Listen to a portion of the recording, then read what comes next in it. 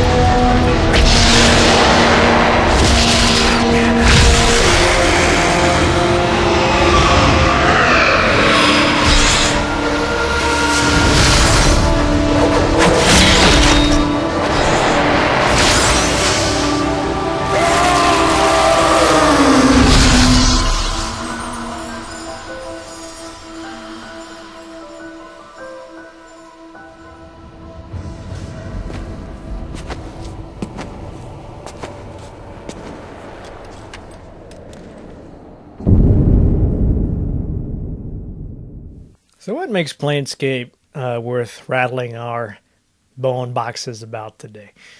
If you ever played this game, I don't have to defend it. You know exactly why this game is so special, why it's considered a masterpiece, why anybody of a certain intellect, let's say, should enjoy this game for what it is. But just in general, though, I'm one of those people that thinks it's a masterpiece, one of the best computer role-playing games ever designed. And the reason for that is it goes so boldly where no CRPG, or most games for that matter, have gone before. The sort of guiding question of the game is, what can change the nature of a man?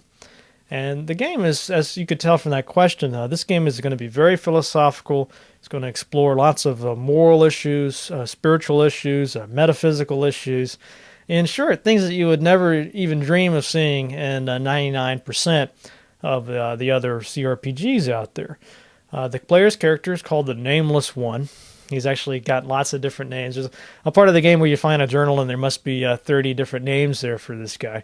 But as you can probably tell from the name, he's got amnesia. He doesn't know who he is, what he's doing there. How did he end up in this strange and surreal world of these the planes, this world of Sigil.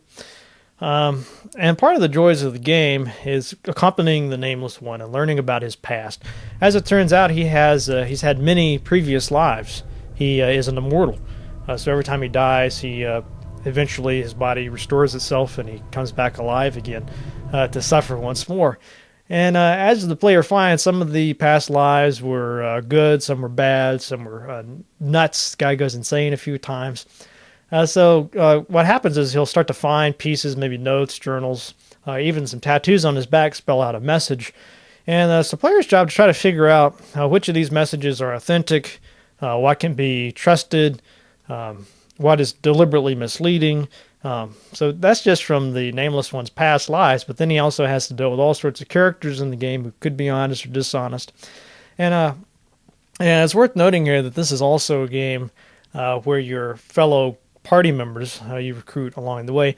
Some of the most interesting NPCs or non-player characters you'll ever find.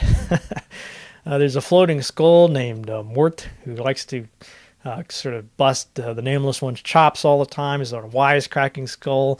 Lots of fun, old Mort. There's a tiefling voiced by Sheena Easton, who sort of a rogue character. That's a lot of fun. There's sort of somber characters and really mysterious characters, and there's even a reformed prostitute that can join the party. So there's lots. It's sort of a bizarre lineup of characters, and what's really interesting is none of these characters, you can't take any of them at face value.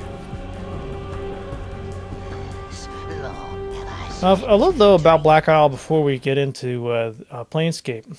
You probably are familiar with them. By the time they had released Planescape, they had developed and released some of the best games before Planescape. Fallout, of course. And Fallout is another of those games where if you haven't played it, my God, stop this video and go play Fallout. It's a brilliant game. It's also radically different than most of the other stuff you'd seen. All right, then, before we get moving here, my name is Matt Barton. I am the author of Dungeons and Desktops, a book about computer role-playing games, and co-author of Vintage Games, a book that looks at the influential games of all eras and all platforms. If you like this video, please comment on it, rate it, and check those out. So without further ado, let's play Planescape Torment.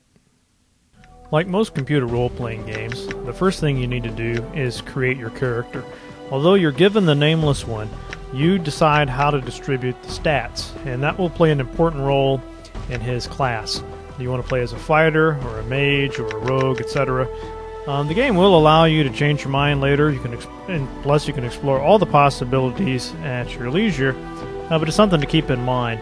No matter what, though, I would advise making sure all of the stats are at least average, particularly intelligence and charisma, because those will affect your dialogue options in the game. I haven't explored every option, but it seems to me that the fighter class is probably the best choice for beginners. So lots of strength, constitution, and maybe some dexterity. Alright, so when you begin the game, the Nameless One wakes up in this mortuary. You okay? You meet your companion Mort, this floating skull. Blinds on the dusties. I thought you were a deader for sure. So the first step is you want to figure out who's the skull, what are you doing here.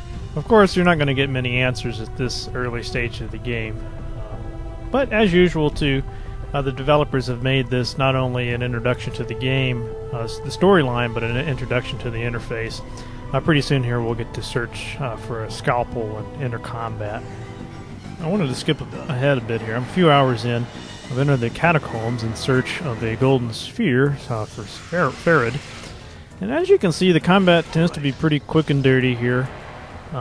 Mostly it's just click on the enemies you want dispatched if it's a low-level combat.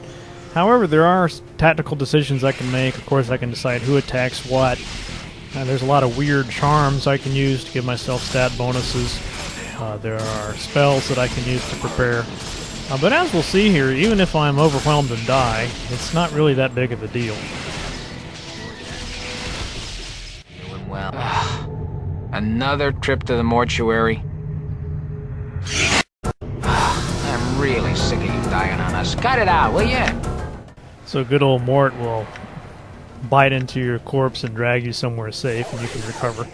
It is a little bit of a pain if your companions die, because you'll need to go back and get their equipment. They have some basic equipment, but you can lose some stuff that way. But overall, all in all, this has a lot less pain than most role-playing games. As usual, I wish we had more time to talk about the truly bizarre inventory items and a totally unique tattoo system of this game. If you're really looking for a CRPG that's really different, I don't think you could do a lot worse than Planescape Torment. Even though it's an older game, it's not too hard to get running in, even in Vista. I think you'll be really pleased with the innovation and originality here. And that's all for this week's Matt Chat. But remember, the unexamined life is not worth living.